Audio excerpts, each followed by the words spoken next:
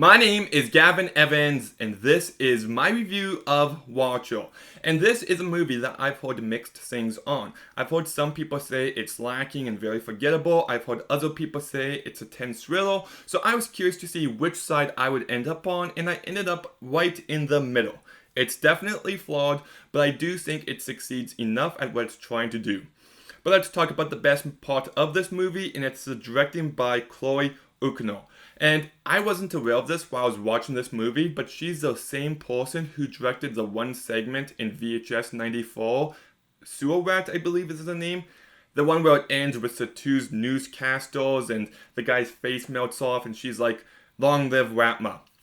Absolutely loved that segment. So I was just like, oh man, this is a director with lots of potential, and I look forward to seeing what she does next. And I think she does a great job here. I think she definitely has a unique style. I think this movie is shot very well, and I love some of the camera movements in specific moments. And I think she's able to create a very tense atmosphere. There are some scenes where I got goosebumps, and in a movie like that, in a movie like this, that's absolutely essential.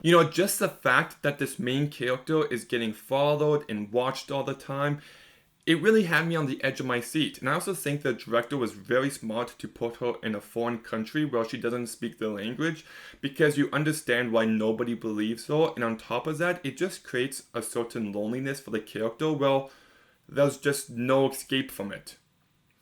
I also do think it creates a good sense of paranoia, like, is this main character crazy? Is she actually being watched? I think it does that all very well. So, very well directed movie, but just about everything else is very underwhelming, especially the script. It is a very one-note movie with little escalation or progress. Like, I feel like it could have been a short film, and after like 20 minutes, you just feel like you've seen everything that this movie has to offer you.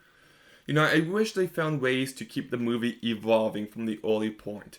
If at one point she decides to set up cameras in her apartment so she can catch the guy looking at her, or if, it starts off and he's watching her across the street, and that's like the first half hour of this movie. And then the next half hour is that she thinks he's starting to follow her. And then the last half hour, she's starting to think that he might actually have been in her apartment. So you've got a clear sense of progress and escalation, but you kind of get all of that a bit too soon. So I found that to be very disappointing, and the character was just very frustratingly stupid in moments. Like, there was this one scene where she's in a grocery store and she sees the guy following her. So then she goes out from this open public area into the back section, which has very few people in it. So I thought that was really dumb, and I hated how often this movie used fake outs. There's this one scene where it looks like the main character might actually die. She's getting attacked, and then, she wakes up, just a dream. I never like that. Ever. I think it's such a lazy way to trick the audience. I thought that was very infuriating, and I thought the characters were very bland. Maiki Monroe, I think, is a talented actress. It is kind of funny that she's in this movie, a movie where she's being watched and followed, and she was also in It Follows, a movie where she's being watched and followed. And I do think she's good in It Follows. I don't think that movie is as good as people say. I actually think her best work is in Villains. She was absolutely fantastic in that movie. And she was also in Independence Day Resurgence, even though she shouldn't be, but I'm not going to get into that. But she is a talented actress. I just don't think this is her best work. It's a very one-note performance, and I don't think she had enough personality to make up for the little that she has to do.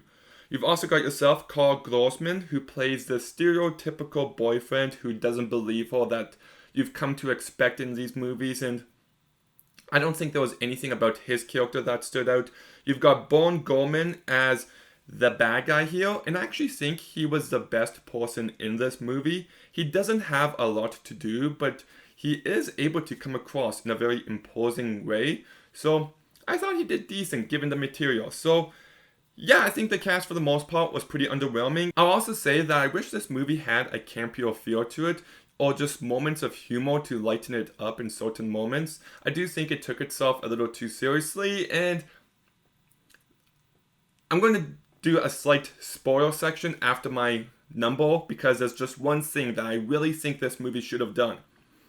And then I also thought the ending to this movie was completely unsatisfying. It goes way too over the top and it didn't work for me. So yeah, this movie is heavily flawed. The characters aren't great, the acting isn't great, the script isn't great, but when you got a strong director like Chloe Ukna behind the camera and she's able to make this movie as tense as it was, yes, I think this movie could have been much better, but for what it is, I think it succeeds enough. So I'm going to go ahead and give Watcher a 5 out of 10 with a slight recommendation. Okay, I'm going to say one thing now. It can be considered to be a spoiler, so if you want to know nothing about the movie, then turn this review off now. If you don't care, then keep watching.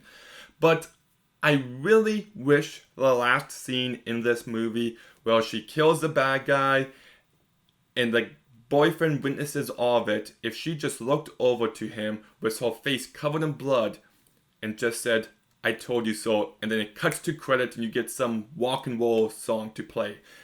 I know it wouldn't fit the rest of the movie tonally, but I think it would have been a much better movie. Like, I kind of think this movie should have had the same tone of Ready or Not. Like, in that movie, you feel the stakes, you feel the tension, but you've still got a very energetic, personality-filled performance from Samara Weaving. So, yeah, I really think the movie should have ended with that line. I think it would have been much better. But anyways, have you seen Watcher? What did you think about it? Let me know in the comments down below. Make sure you like, make sure you comment, make sure you subscribe. Stay tuned for some more videos soon, and Gavin out.